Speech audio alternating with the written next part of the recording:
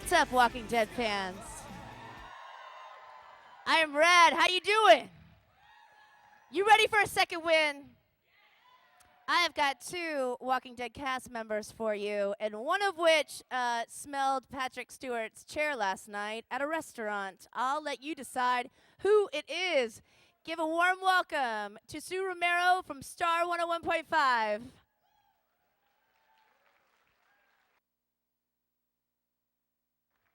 Thank you. Hi. Like she said, my name's Sue Romero. I'm a news and traffic reporter, but you don't really care about that. That's okay. I do news for Como News Radio on my serious side, and then I do traffic for Kurt and Kareen in the afternoon for Star 101.5 by day. By night, I'm a huge Walking Dead fan, yes. So thank you so much for coming. I'm so psyched to be here. This is my first time at Comic-Con, and I thought, oh, I'll just stand in the back and kind of observe. And then they were like, we need a moderator for Walking Dead. Me, I'll do it. So here I am, and I know why you guys are all here. It's not to see me. It's to see the 2 people in the back. And we have, from The Walking Dead, the man that you love to hate with one hand. He plays Merle, Michael Rooker. Come on out, dude.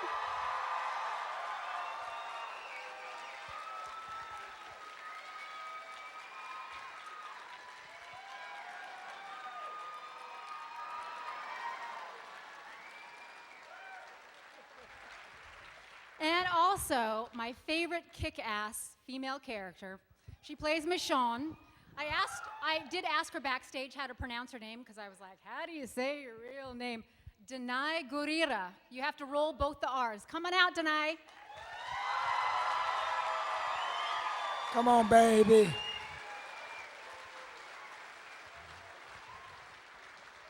There's your mic, and here's your mic. Come on now. Go ahead and say hello. Like, why don't each of you, why don't we just start off with each of you saying like 60 seconds of hello and something maybe we don't already know about you. You, go. 60 seconds. Yes, that's all you got. I'm timing you. Fuck. Okay. Yeah, well, you guys know who I am, and...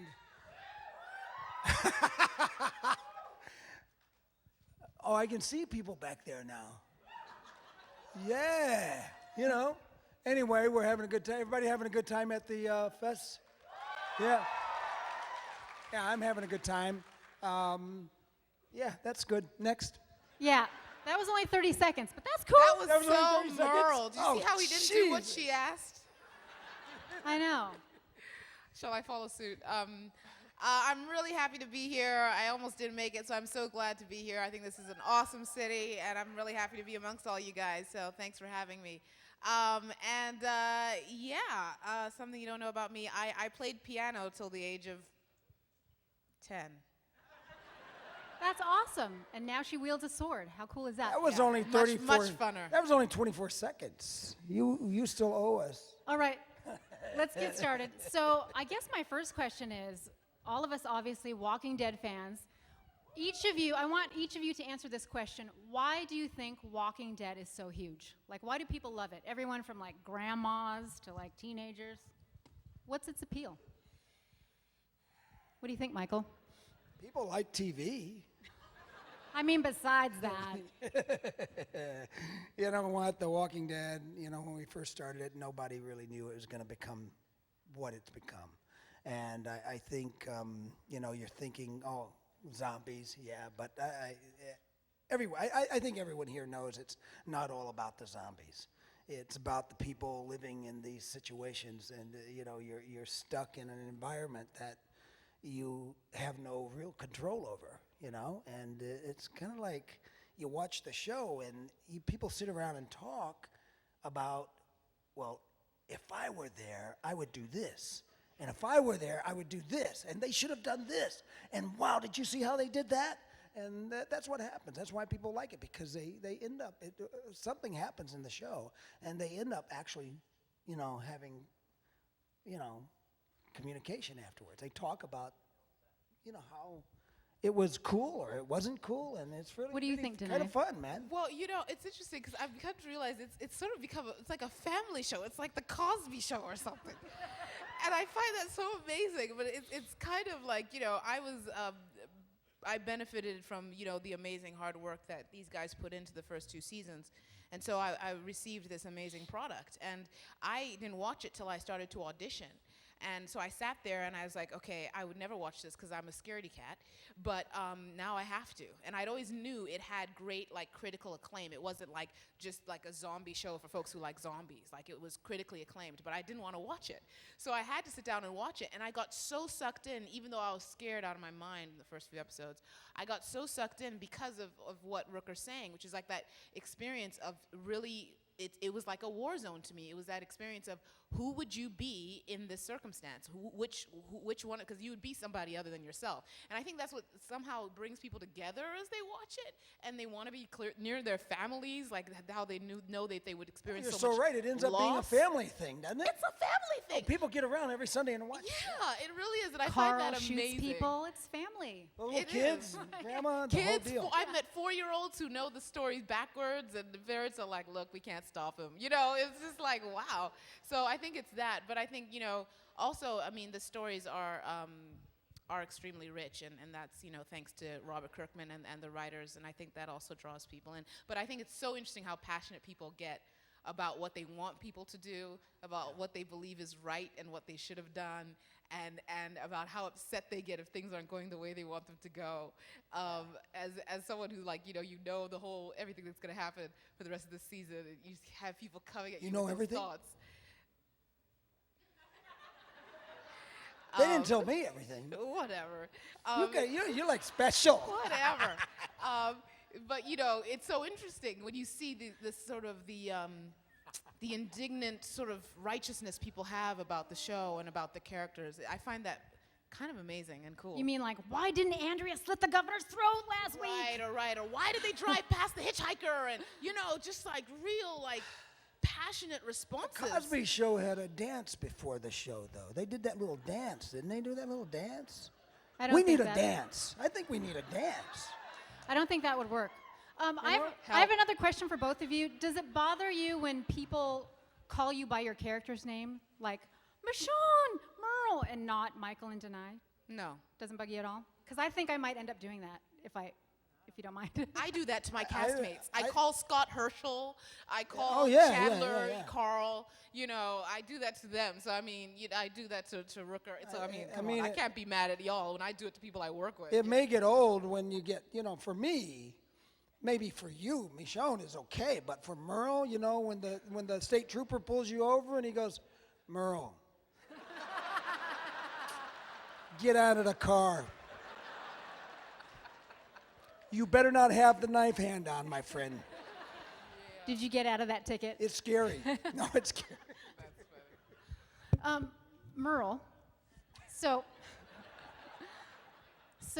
we first saw you on season 1, not a lot in season 2, and then you're back in season 3. Did you know, how early did you know you were coming back for season 3? This is an old question. What? Yeah. I'm sorry, I'm behind. Way old Lame. question. You're way, way behind, woman. No, I didn't know. I did it sort of in the beginning. I did it as a la carte kind of gig. I knew I was going to do maybe 1 or 2, but and then the third one I think was the one on the rooftop when I end up cutting off my hand, right? And I do the monologue. I didn't know the monologue was there. They went back and rewrote that episode because I knew I was in the episode, but it's just my hand laying there in a pool of blood. That was the original script. But then and they said, no, you can't go home, because I was getting ready to boogie back to LA. And they said, no, you can't go home. You're in the next episode. Yeah, I know I'm in the next episode, but yeah, it's my hand, right? God, please. There are kids in here. There are kids in here, Merle. What? PG-13. I was PG-13. nothing. Never mind.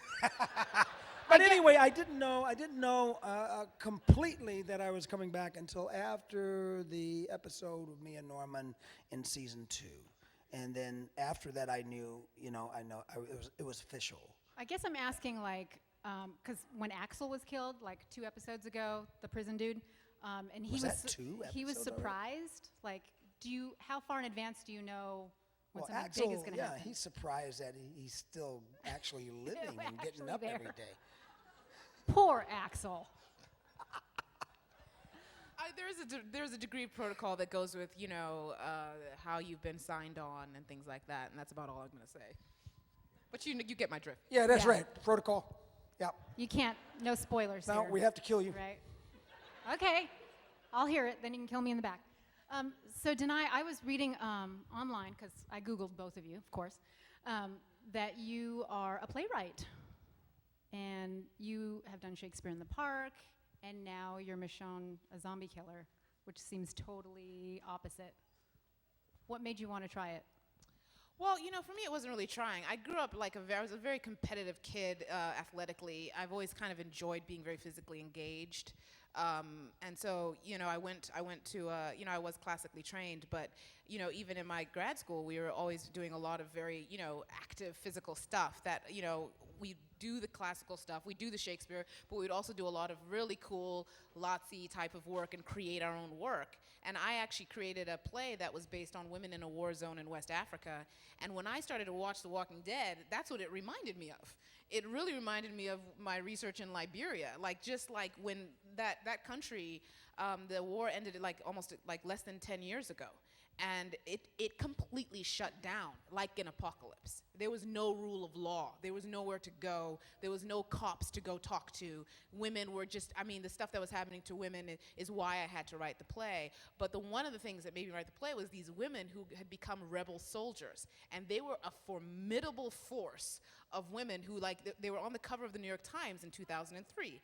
And my professor from grad school said, "This looks like something that would interest you." And literally, when I saw the whole description of Michonne, I was like, oh my God, she's like Black Diamond from Liberian Army, from the Liberian Rebel Army. So to me, it was really kind of very close to what I'd researched. I'd gone to Liberia and met these women, and Michonne was like a woman in a war zone who was like, you're not taking me down. If nothing around me works, I'm gonna work for me, and I'm gonna re-empower myself, and I'm gonna be formidable in this realm. So really, it actually really dovetailed what I'd been researching and what I found really fascinating. And I'd always said in my play, there was one woman who became a very, very kind of, you know, you really don't mess with her type of soldier. And I'd always said, out of the 5 women in the play, I was like, that's who I'd become. And then along came Michonne, who was kind of like a manifestation of that. So to me, it was actually very connected to the work I'd already been involved in. So on the show, Michonne doesn't say a lot. Like, how alike are you to her character? That's where we are not alike at all. Never mind. I am a talkative girl, and I use my words, and I live through words. You know, words are like how I actually like get through to the world, get through to myself, get through on a page. I'm just a wordy person. But I understand that her trauma is such that words somehow at some point in her trauma, which we don't get to see, you know, we don't see what happens the way we see what happens to, say, Rick or to Andrea. We just see her after her traumas. But we understand her trauma was connected to communicating too much with the wrong people. And it's connected to realizing I have to protect myself and be many steps ahead by communicating less and taking in more. And so understanding that character-wise allowed me to understand her, but we are not alike there. I'll tell you that. I like to talk. Sometimes I want her to talk. We got that covered. You like your words. I like my words. So Merle, where do you get your, Michael, where do you get your motivation to play Merle? Like, why is he such a prick? I don't need no motivation to play Merle, baby. You're not really like him, are you?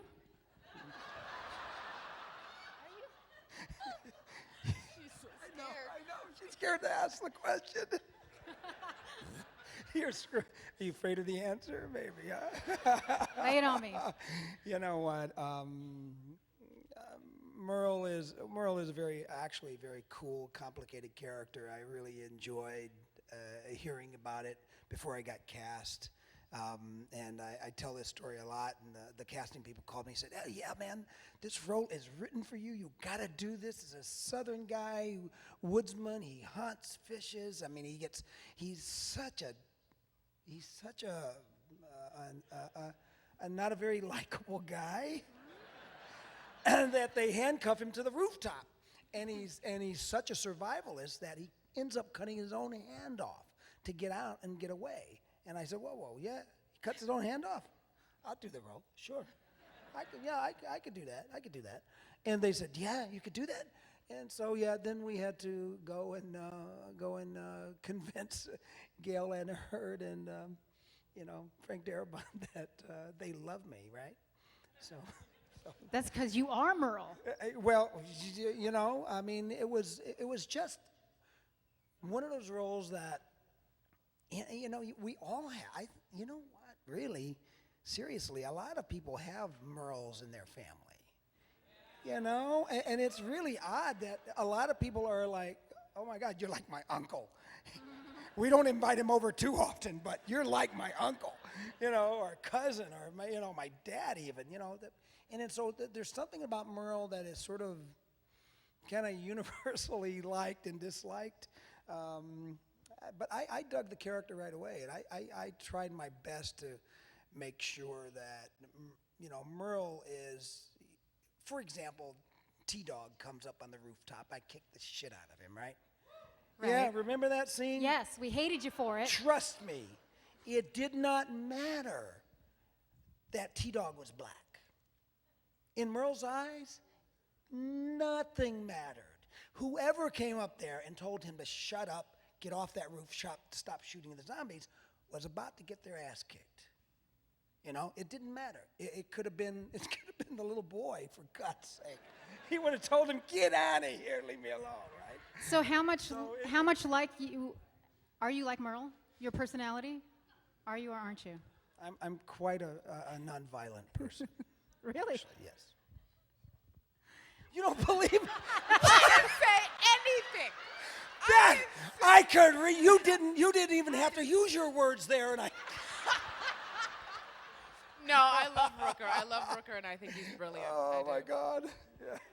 Now, as far as the show goes, like the characters, does anyone on the show trust Merle's character? Like he's been in the town, now he's in the prison, and everyone's like, what do we do with Merle?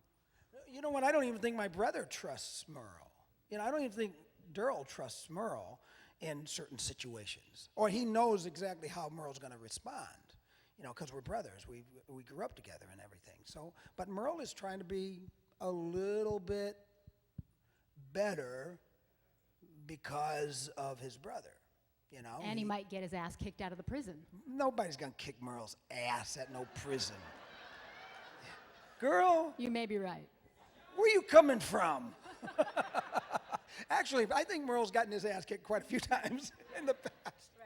Sue, we've got a question here in the audience. Oh, great. Let's go to Are we gonna Q&A. do questions now? That's Oh, awesome. I think we know this gentleman. Oh, I don't know. I'm your greatest fan. Can I come up and join you? It's David. Who? Please do. It's David. He draws the comic. David who? Not Dave. David? Not David. Oh my God! Oh God, I call you David. Right I on, meant Charlie. Sorry. Holy, So I'll come and crash. well, right on, dude. Welcome. Okay? Yeah, I'm good. This is sort of Come and tell it how it really is now. Yes. you've heard of photo bombs, right? Yes. This is a Q&A bomb, It's a panel bomb. panel bomb. Introduce yourself, David, and Yes, tell us tell what us you who do. you are. David? Charlie. His name is Charlie. Hi, I'm David Adlard, and I draw The Walking Dead. Did you draw this? Did you draw this? I drew that, yeah. Awesome. He drew my shirt. Oh, right on, brother. Sorry, carry on. Don't mind me. His name is on every comic book. Every comic book. All Robert right. Kirkman, Charlie Alder. So what do you guys think is going to happen next? I know you can't tell us spoilers. That's cool, but just give us. What you gotta ask anyway. That's a bad little question. What do something. you think? We can't tell you what How we about think. what you want to happen next? What do you hope Michonne does next? Like that conversation with her and Andrea in the prison yard? Yes. Do you think she got through to Andrea? That conversation for Michonne was really, it was actually very healing for her, because it was all this stuff that she'd been holding. She felt really, really rejected by Andrea and betrayed. And for her, and also witnessing Andrea comes to the prison, and in Michonne's eyes, because I know Lori would sit here and say something else, and she has every right to, but in Michonne's eyes, Andrea came there and defended the governor more while she was in that room. And so she's like, you still, I mean, look at his face, look, you know what I mean? Like, you still don't get it, you know, even though, okay, he did it, but, you know, he's under his command. So, like, you know, it's like you still don't get it. And she really wanted her to finally get it. And she wanted to see the friend she'd had before, at least to see her see that she had done something wrong to her. And that's what that conversation in the courtyard was for her. It was really like, what do I need to tell you for you to finally see? And that at the end of the scene, she gets her there, and she sees the old Andrea looking back at her and saying, oh my God. And then that actually allows Michonne to start her healing. And I think that's what, you know, is Michonne is now propelled into, is an ability to heal and perhaps to open up more, because she does want to. She understands she needs community. That's why she didn't go back out in the wilderness after she'd, taken out the governor's eye. She didn't go back out into the wilderness and grab 2 more walker pets. She wanted to go back to the prison. She wanted to be in the comfort of people. She fell asleep while being tended to by Herschel. I mean, that is very extreme for Michonne. Have you ever seen Michonne at rest yet, you know? But she took rest while she was in their custody, and that she knows that that's a place she can do that. But it's all about, you know, stepping out of her own wounds and being able to, you know, start to express herself towards people again. And I think that's what's interesting for this back 8 for her, is her sort of stepping into allowing herself to now be open. But there's something about that moment with Andrea that for her begins her healing process. And even the conversation with Merle, really, because, you know, I think for Michonne, close your ears, Rooker. For Michonne, she sees. I was wondering where the hell you were coming from with that scene. She sees that he's not really a threat. He's not her problem. You know, he's not, like, he's. No, I agree. Merle's not a threat at that point. Well, But she doesn't believe him when he says, "Oh, no, let's but clear the air." she sees him. Do you know when you see somebody and you get that? Oh, they lose their significance. You stop thinking, oh my gosh, this is a person I need to get back at, or this is a person I need. It just stops. You realize he's in a very weakened position. Sorry, Rooker. You realize that, you know, he's in a position where he has nowhere to go and no allies except for his brother, and you know, he actually the person to worry about right now is not him, it's the governor. So why would I'm not going to have beef right here. There's no point. Thank you. Love you, Rooker. So do you think she's now part of the group of the prison? I know. Like, is she going to stay? No, it was. There was no conflict at all in that scene. I didn't find No, it. not at all. No, I think it's her realization that she can let that go. Do you think she feels like part of the group of the prison now? Like, is she going to stay there because she got comfortable? I think that she knows that she wants that there's a community here, and she knows she needs to reconnect with community, and she knows that involves certain steps she has to take. But I think in some ways that's actually laying some of her burdens down, and I think she's actually ready to do that. So we'll see. All right, Michael. Yeah, what do you want? Well, so when you're talking to the Yeah, I group love the prison. at Next. the prison, and Oh, you're it's not a prison. It's not a real prison, right? on the set, and you're saying that whole zombie thing in the truck, that was just knocking on the door. Are you trying to scare them, or are you trying to help the No, group? I'm just trying to let them know what's what. That's all. To be helpful, or Look, you know, reality. You know, they're in this brick wall. That's not really a protective place. If the governor, I say it in the damn scene, if the governor really wanted, he could just starve them out, for God's sake. And in 2 months, they'd be eating each other, you know? It's like ridiculous to think that you're going to just take refuge in this place, you know, and he didn't even have to fire another shot. Perfectly logical that you're going to have to either leave or have some sort of backdoor out or just go and attack them, because they're in a their fortress is quite weak versus the prison. So, and look what they did the first time they did a raid. I mean, they took out 8 guys. You know, it was pretty amazing. No, so I think the information that Merle's giving out during those scenes were, that's real shit. You know. I mean, It's kind of like that scene also with Herschel when he's quoting the Bible and he says what kind of crazy guy the governor is. This is the kind of guy you're dealing with.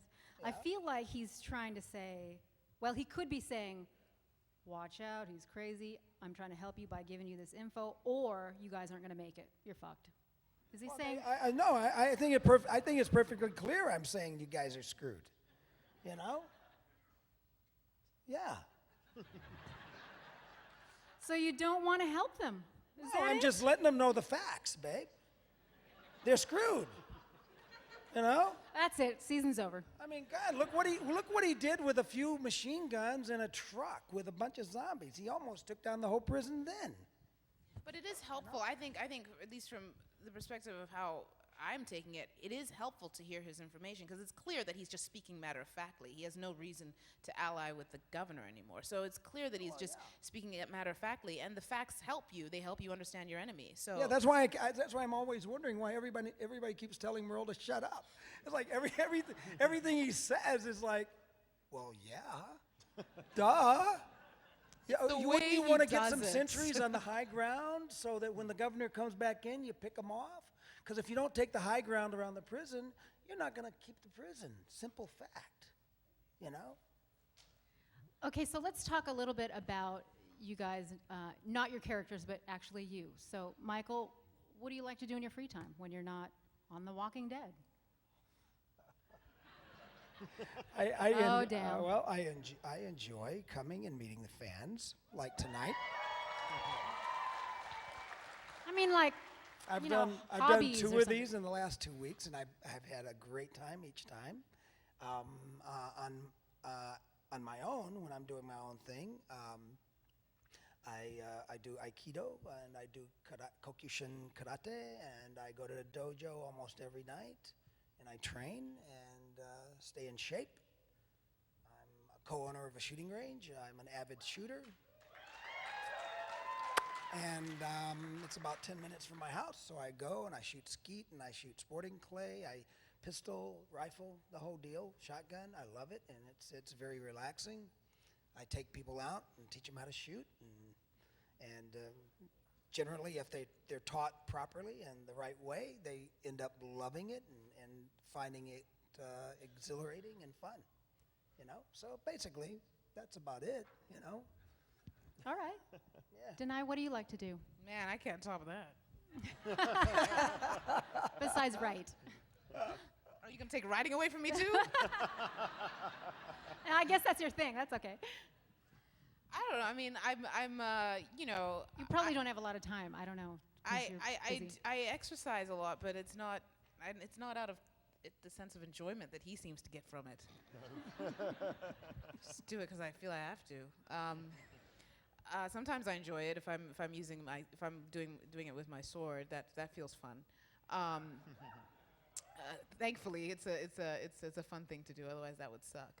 I tend to be. I seem to be traveling a lot. I'm dealing a lot with my playwriting in different ways, and I thankfully I'm getting to go back to Africa in about 10 days. I'm Zimbabwean, and I'm going to go to South Africa and Zimbabwe, and I'm trying to launch my arts organization out there to help professionalize the arts out there, and maybe bring folks out to do workshops and teach stuff. Rooker, you interested? Hell yeah, baby.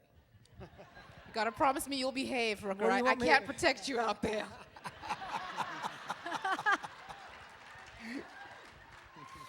A little danger is okay.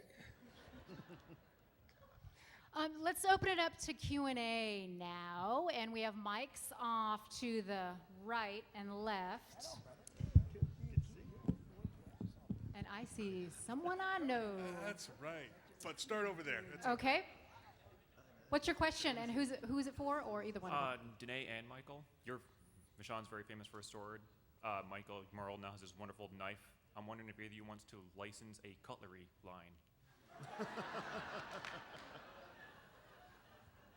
Oh, what? I'll design it for you. Yeah. Where? Who are you? A cutlery line. Yes. For like a one-handed person? It is cut your hand off sharp. There are ways to maximize, I think, but I haven't thought about them yet. So we'll get back to you on that. We could have the Merle spork, couldn't we?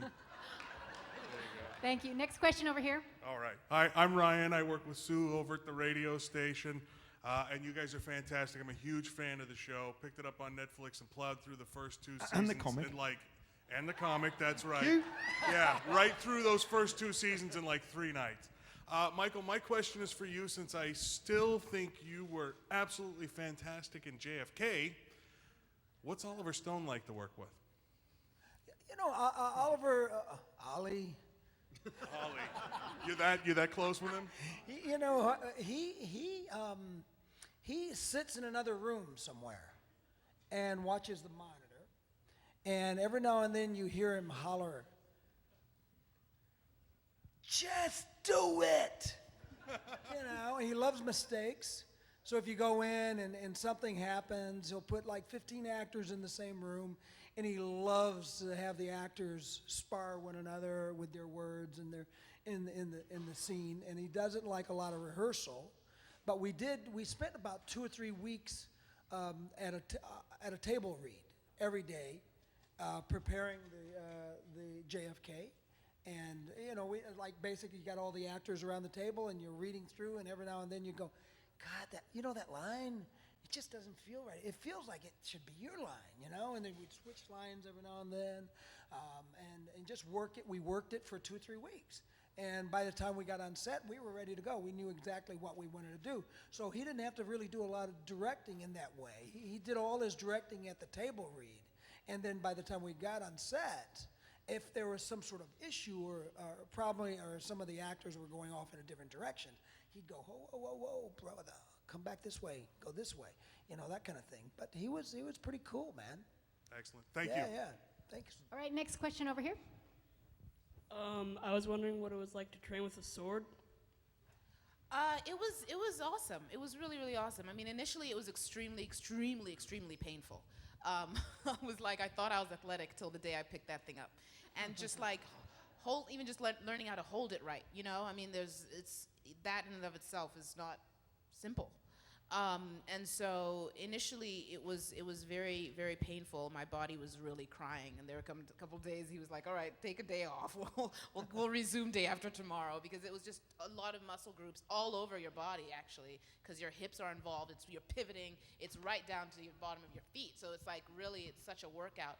But then after a while, I started to get more comfortable with it, and I was training with one guy who's been doing it since he was 8 in Japan. He's Japanese. So, I mean, am I ever going to be as comfortable as him? No.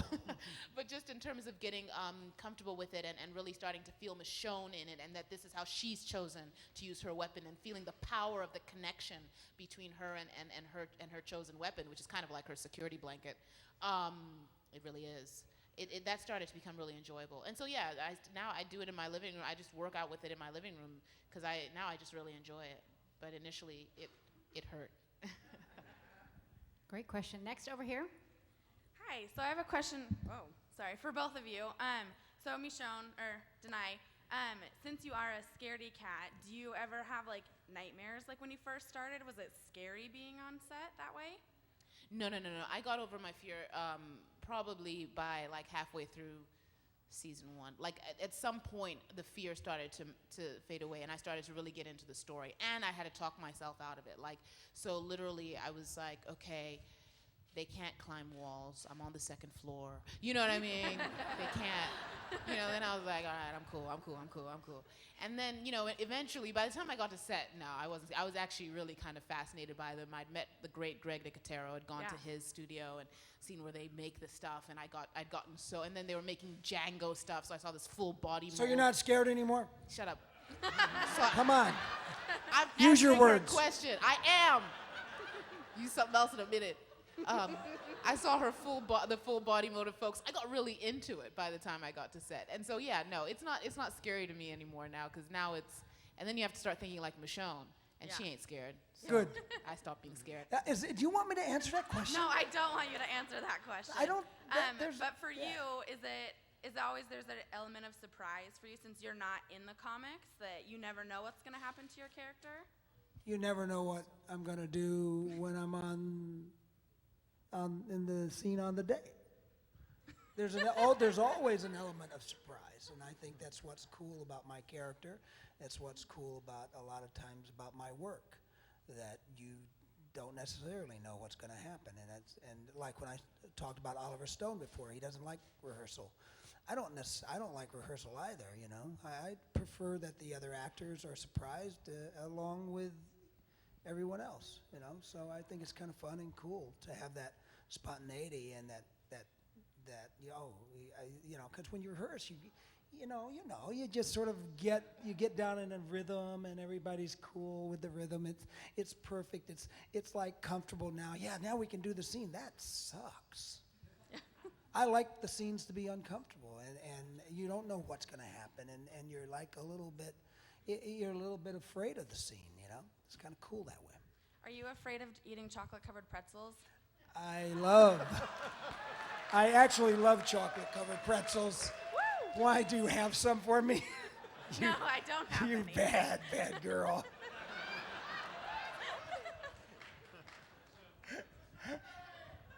Good question. All right, over here. Hi, I'm a huge fan of both the comic and the TV show, and it's a Thank real you. treat to have you up there with them. It's awesome. My question is I can only imagine your reaction when they cast Danai to play Michonne. It must have been like us, the fans. We took one look at her and said, oh my God, that's Michonne. I mean, it was just perfect casting, and she's done a wonderful job.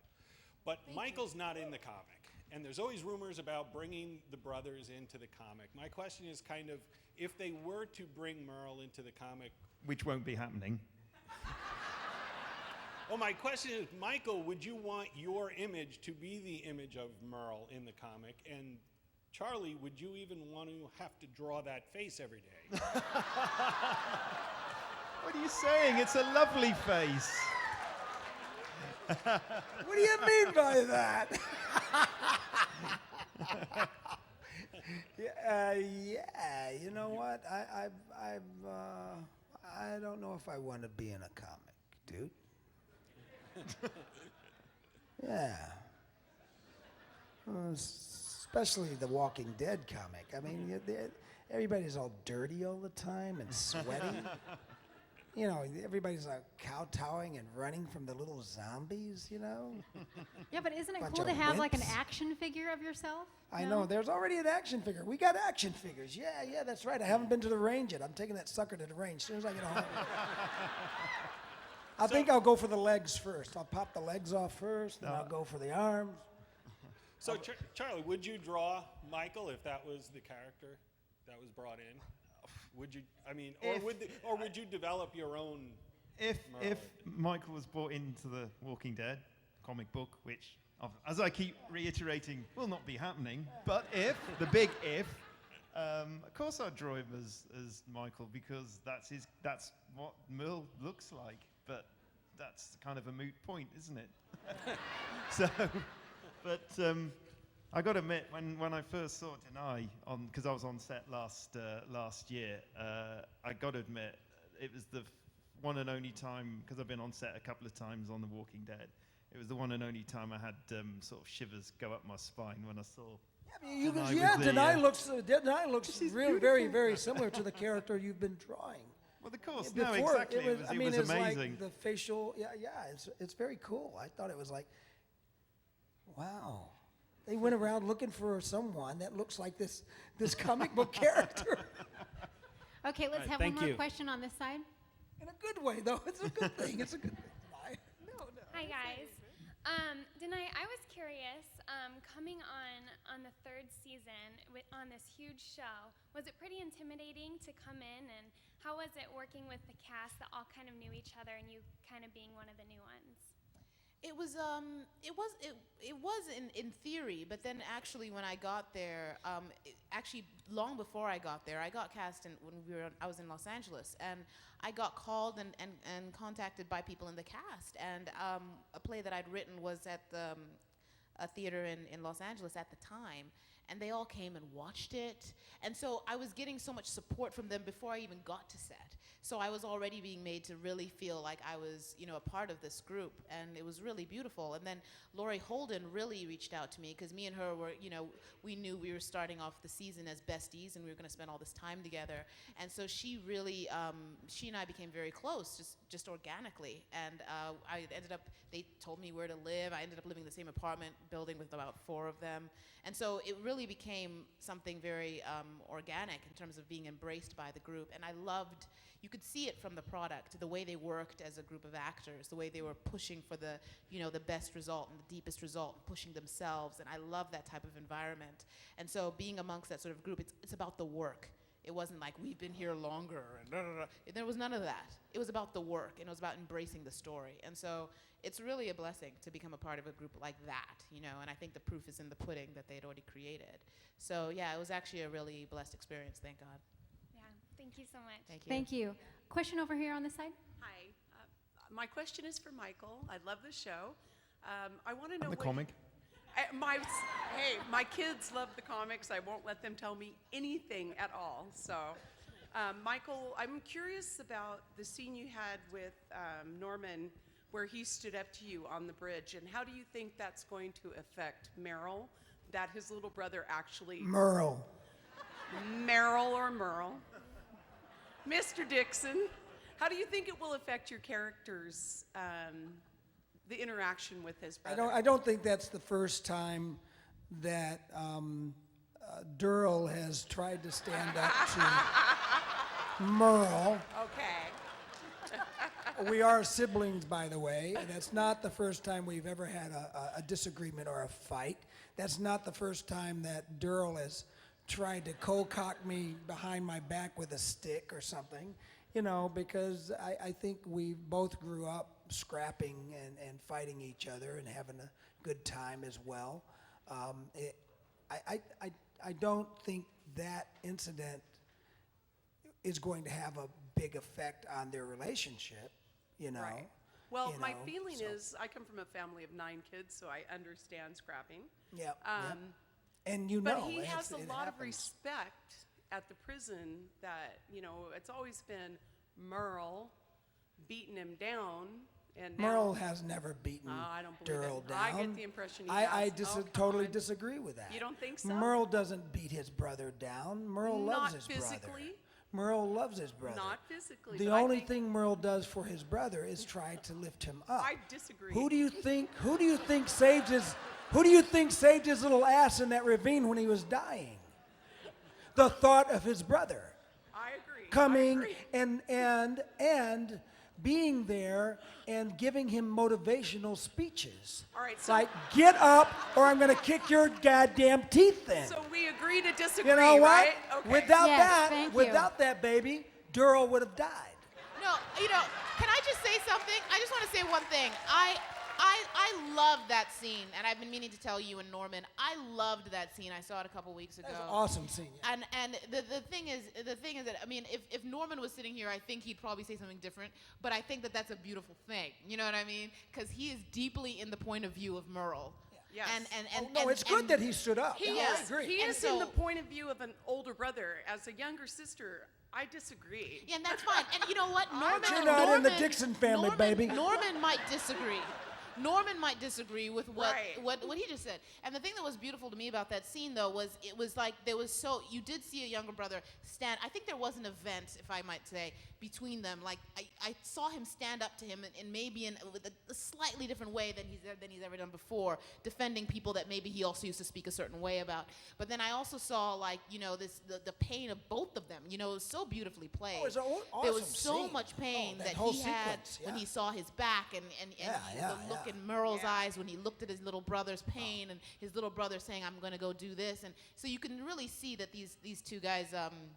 I don't know. I thought it was amazing. So I thought it was excellent. that entire sequence was such a beautiful experience. All right, I we mean, only have you 5 know? minutes left. I'm sorry. So I want to get a couple more questions in. Too on late. this side. Quick, You ain't before he gonna get starts talking. You ain't gonna get a couple of questions in 5 minutes. My question's for Danai. I'm sorry. That's it. One question.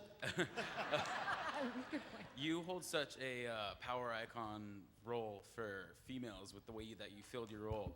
And I just want to say thank you for that. I am an activist for women's rights, but how has that responsibility changed you as a person filling that role? I mean, it's really humbling, and it really feels amazing because, you know, in another realm, that's kind of what I was trying to do. All my plays are about have women leads, have women, you know, who are generally their voices are rarely heard as the lead story characters, who are strong. I always question that, you know, strong women. People don't really talk about strong men. You know what I mean? And really, it's just about being a lead character because with a male character, if he's a lead character, it's already assumed that he's strong. You know, and so I've always been trying to create women characters that are just leads, which means they're strong. And so I think being able to play a role where, you know, what I've always been trying to do gets seen by such a bigger audience is just, it's really a blessing. When I have young girls come up to me and tell me that whatever they tell me about how Michonne makes them feel or how they feel stronger because of her, I can just die happy, you know, because really that's a goal and desire of mine is for everybody really to see their light, but for young girls, you know, and women who, you know, they start to believe the hype of the world telling them they're not significant or they don't have their own sense of power and ability. And when women start to turn away from that, if I can contribute to that, man, I mean, I can die happy. So. All right, thank you, and thank you for that. Thank you. It helps if you carry a sword too. So. This is the last question, okay? Thank you. I'll try to make it good. I'm sorry, guys. Love you all. In my book, you all are badass, Michael. My question is for you. Is there any limit on the show that, I mean, when it comes to zombies, gore, guts, anything that just disgusts you? I mean, is there anything that you're like, okay, no. Is there any limit that? Is there anything that just disgusts you when it comes to the zombies, all the you know, the fighting? We've really done so much already that's like I never ever expected Middle America to accept. Seriously, I mean, we got headshots and axes through the brain. I mean, we got a lot of really gory stuff. I don't think there is anything now, in the past, or in the future that Merle could ever do that is going to be worse than some of the stuff we've already done. Yeah. You know, I mean, well, I mean, I have no idea what Merle could ever do that could be more horrifying than some of the things I've already seen on the show. So, yeah, right on. Then Thank you for stomping the in a question. zombie's head? Probably not. I mean, wow, what do you do? I mean. All right. I think Where do we to go from here, right? Yeah, right. Well, we wrap it up. That's what they're telling me. So thank you guys for Zombie coming. head tossing. I do have one question for everybody. A new game. How many people think they could kill a zombie in real life because of the show? Yes. And the comic. And the comic, of course. All right. I want to thank you for coming. Michael Rooker, Danai Gurira, Charlie Adler. Sorry. Some coming. artist that draws The Walking Dead.